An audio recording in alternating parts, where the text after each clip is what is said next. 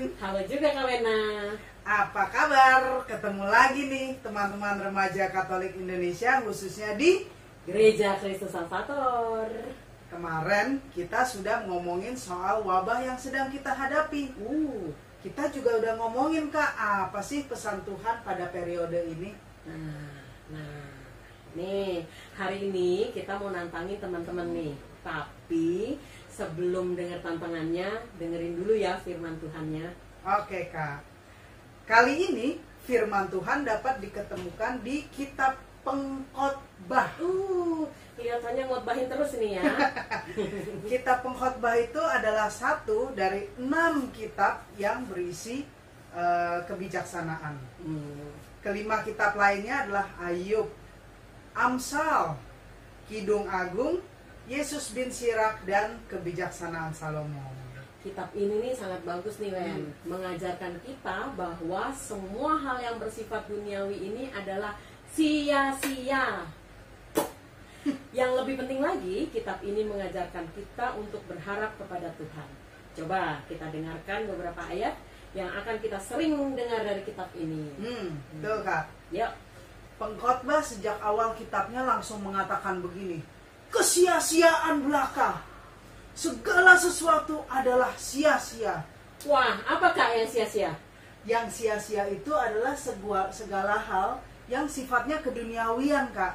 Nah, coba nih kita renungkan apa aja yang penting bagi hidup kita di dalam periode rumah ini. Apa nih Wen? Apa ya? Yang penting tuh bahwa kita tuh sebenarnya dikasihi oleh keluarga kita. Asik. Mama papa kita, kakak adik kita, om tante kita, semuanya deh. Cakep. Juga sama teman-teman kita Kak. Iya, cakep. Iya, yang penting tuh bukan ngabisin hari di mall, bukan jajan bareng, bukan main game bareng. Tapi apa Kak? Membangun relasi yang baik. Iya, percuma aja kan kalau nggak punya relasi yang baik ya Kak ya, Iya. sama mereka semua.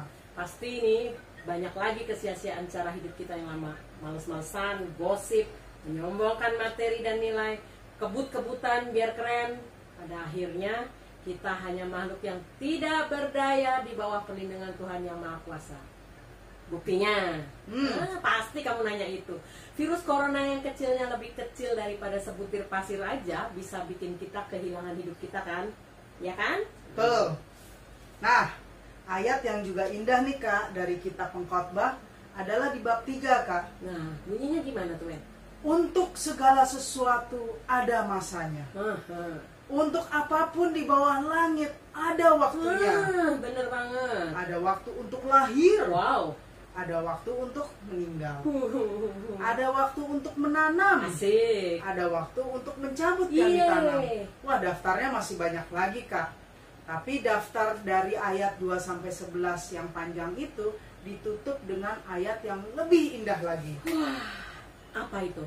Ia atau Allah, ia membuat segala sesuatu indah pada waktunya.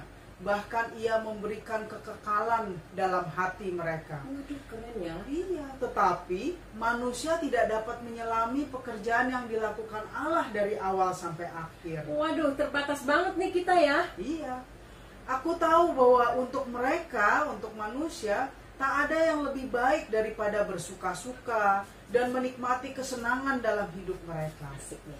Aku tahu bahwa segala sesuatu yang dilakukan Allah akan tetap ada untuk selamanya. Jadi tidak pernah terpotongkan, terputuskan ya. Tidak, itu tidak dapat ditambah dan tak dapat dikurangi. Allah berbuat demikian supaya apa Kak? Supaya manusia takut akan Dia. Nah, itu nomor 1 tuh dalam hidup kita ya. Yang sekarang ada, dulu sudah ada. Yang akan ada, sudah lama ada. Dan Allah mencari yang sudah lalu. Wah, Bagus ya Kak ya? bagus. Tapi ngomong-ngomong panjang amat ya ayatnya ya. Iya ya, tapi intinya adalah gini nih ya. Semua hal itu ada waktunya. Dan Allah membuat segala sesuatu itu indah pada waktunya. Walaupun nih saat ini kita tidak mengerti dan tidak melihat keindahannya, yang ada sedihnya, jeleknya, buruknya. Jadi carilah hal-hal yang sifatnya kekal. Iya, kita beruntung sebenarnya nih Kak, punya kesempatan kayak gini untuk merenungkan ayat ini.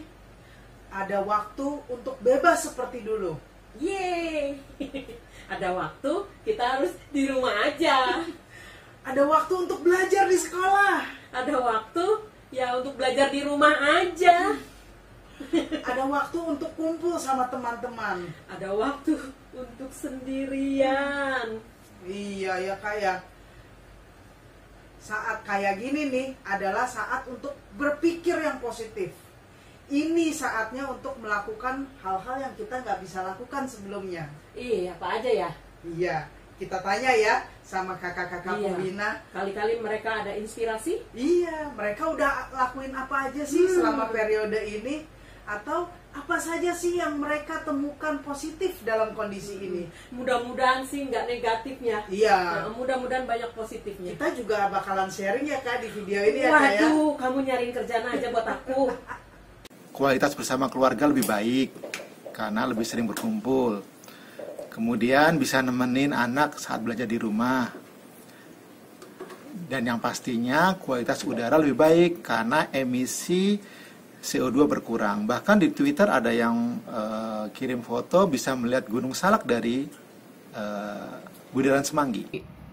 Lebih sering di rumah, terus lebih sering olahraga setiap hari. Karena kalau lagi kegiatan biasanya jarang banget olahraga. Lalu kalau dari sisi umumnya sosial itu kita bisa melihat banyak banget ternyata orang baik yang mau bagi-bagi makanan, bagi-bagi sembako. Lalu bumi itu katanya jadi lebih hijau ya karena tidak ada aktivitas yang mengakibatkan polusi. Terus binatang-binatang juga jadi keluar ke jalanan kalau dilihat-lihat di luar negeri. Hal yang paling aku syukuri adalah jadi kita bisa memahami bagaimana kesehatan itu begitu berharga datangnya dari Tuhan. Kita harus menjaga, menyayangi badan kita gitu. Kita dengan kayak gini kita lebih peduli dengan pandemi ini, kita jadi semakin empatinya kita bertambah dan kita makin peduli sama orang lain. Positifnya dari corona ini adalah kita bisa lebih sering berkumpul dan bercanda dan ngobrol curhat sama keluarga kita. Kita jadi lebih punya banyak waktu untuk bercengkrama, bonding dengan keluarga kita yang terdekat. Nah, kalau misalnya gak ada corona ini, pasti kita sibuk masing-masing dengan urusan kita sendiri di luar. Thank you. Sejak di rumah aja aku jadi banyak waktu bareng keluarga. Lalu aku juga jadi banyak waktu untuk berdoa. Aku banyak waktu untuk melakukan kegiatan-kegiatan seperti contohnya bikin kue atau melakukan eksperimen yang lainnya. Nah, lalu kita juga bisa melihat pemandangan Jakarta yang indah dengan langit-langitnya yang biru.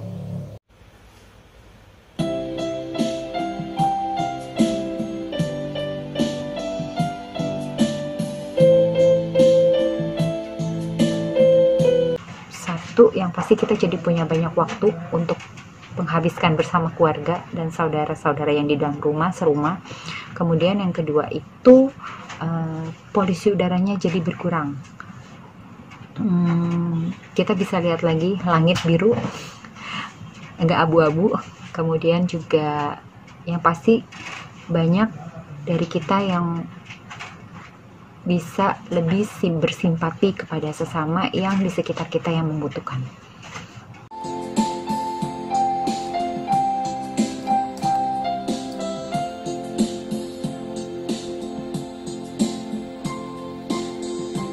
Yang pertama, melatih kepekaan kita untuk saling tolong-menolong. Karena bukan hanya diri kita saja yang kena dampaknya, tetapi orang-orang di luar sana juga merasakan kesulitan. Yang kedua, kita punya banyak waktu bersama keluarga di rumah. Yang ketiga, kita bisa melakukan hal-hal yang selama ini tertunda karena kesibukan kita. Contohnya beres-beres rumah, atau melakukan hobi yang selama ini belum sempat kita lakukan. Kalau saya melakukan penghijauan, bercocok tanam. Di video ini kita juga beruntung nih, kita mendapat kunjungan dari Kak Novi Wen. Oh, siapa tuh Kak? Kak Novi adalah seorang guru, keren kan ya? Iya. Yang sudah, yang juga sama dengan kalian nih, berjuang untuk mengajar murid-muridnya dari jauh. Wah, ternyata bukan cuma kalian doang nih yang kesulitan belajar dari jauh, yang kayaknya dapat tugas terus dari guru ya. Iya. Yuk kita dengarkan perjuangan Kak Novi, bagaimana ia juga bisa mengubah yang susah ini jadi hal yang positif buat dirinya sendiri dan pastinya buat murid-muridnya. Wah, hebat ya Kak. Kita Iya, dengerin yuk. Yuk kita dengerin. Hai remaja Katolik, khususnya di Kristus Salvator. Masih stay at home kan? Itu seperti yang biasanya kami ngajar secara langsung di kelas. Nah, sekarang kami harus ngajar melalui berbagai aplikasi menggunakan laptop. Lalu kami harus menyiapkan materi yang yang mudah dimengerti siswa melalui pembelajaran di online. Bahkan kami tuh dijuluki gabut, ya kan? Makan gaji buta, enak ngasih tugas-tugas aja ke siswanya. Padahal tuh nggak seperti itu loh. Kami tuh juga memikirkan kalian bagaimana cara supaya kalian tuh tetap paham materi yang sudah ada di sekolah, tapi juga disangkut pautkan dengan masa pandemi saat ini gitu loh. Jadi kami guru juga diminta untuk kreatif dan inovatif untuk memberikan materi. Terus tantangan yang lain itu seperti pada saat memberikan tugas, terus harus juga melayani pertanyaan-pertanyaan melalui WhatsApp gitu. Terus pada saat pengumpulan tugas melalui GCR atau di handphonenya penuh memorinya. Apalagi di awal-awal kami para guru harus beradaptasi dengan banyak aplikasi pembelajaran yang harus digunakan untuk mempermudah siswa. Ditambah lagi dengan kuota yang harus siap dan ready setiap hari, ya kan? Belum lagi kalau sinyalnya lemot gitu kan. Panik karena pada saat melakukan meeting atau Zoom, menggunakan Zoom, itu tiba-tiba internet mati tuh bingung karena materi yang akan disampaikan melalui PowerPoint itu nggak tersampaikan gitu loh. Pada akhirnya kami membuat seperti video yang ini. Nah, itulah salah satu video cara mengajar, dan tentunya semua ini berkat suami saya juga, karena saya dibantu juga. Kalau nggak ada suami, saya juga bingung bagaimana menaruh kamera handphone, tepuk tangan. Nah, terima kasih suamiku, gitu ya. Nah, kami para guru harus buka mata banget untuk gadget ya. Mungkin untuk kalian yang para remaja, gadget itu udah biasa ya. Kita nggak boleh terpaku sama cara ngajar seperti di sekolah, enggak. Tapi sekarang puji Tuhan, saya udah bisa menggunakan Google Meet, sudah bisa menggunakan Google Classroom. Semua yang kami para guru berikan itu demi masa depan kalian, demi nilai-nilai kalian, supaya kalian di masa seperti ini itu bisa mengambil sisi positifnya gitu. Sekarang kita semua tahu gadget itu bisa main, bisa komunikasi, dan juga bisa belajar. Jadi kami berharap para guru gunakan gadget atau teknologi apapun itu dengan sebaik-baiknya untuk sarana kalian belajar demi mencapai cita-cita yang kalian inginkan. Dan kami para guru berharap apapun yang sudah kalian kerjakan itu lakukanlah dengan senang hati, tanpa mengeluh, karena kami pun membuatnya dengan senang hati, karena kami juga memikirkan masa depan kalian. Kami bangga kalau kalian menjadi sukses. Oke? Sekian dari saya, stay at home, jaga kesehatan, tetap semangat, keep smile, bye. Nah, sekarang tantangannya nih untuk kalian semua yang nonton ini. Asik. Bikin dong video pendek kurang dari 3 menit tentang apa saja sih yang kamu lakukan atau yang kamu lihat secara berbeda sejak periode PSBB atau lockdown ini dimulai, atau di rumah aja ini dimulai. videonya bisa kamu sudah melakukan kegiatan itu sendiri, kayak tadi di atas beberapa. Mungkin lagi belajar atau apa ya, atau lagi mukulin kasur ya. Iya, kesian ya kasurnya. Kak.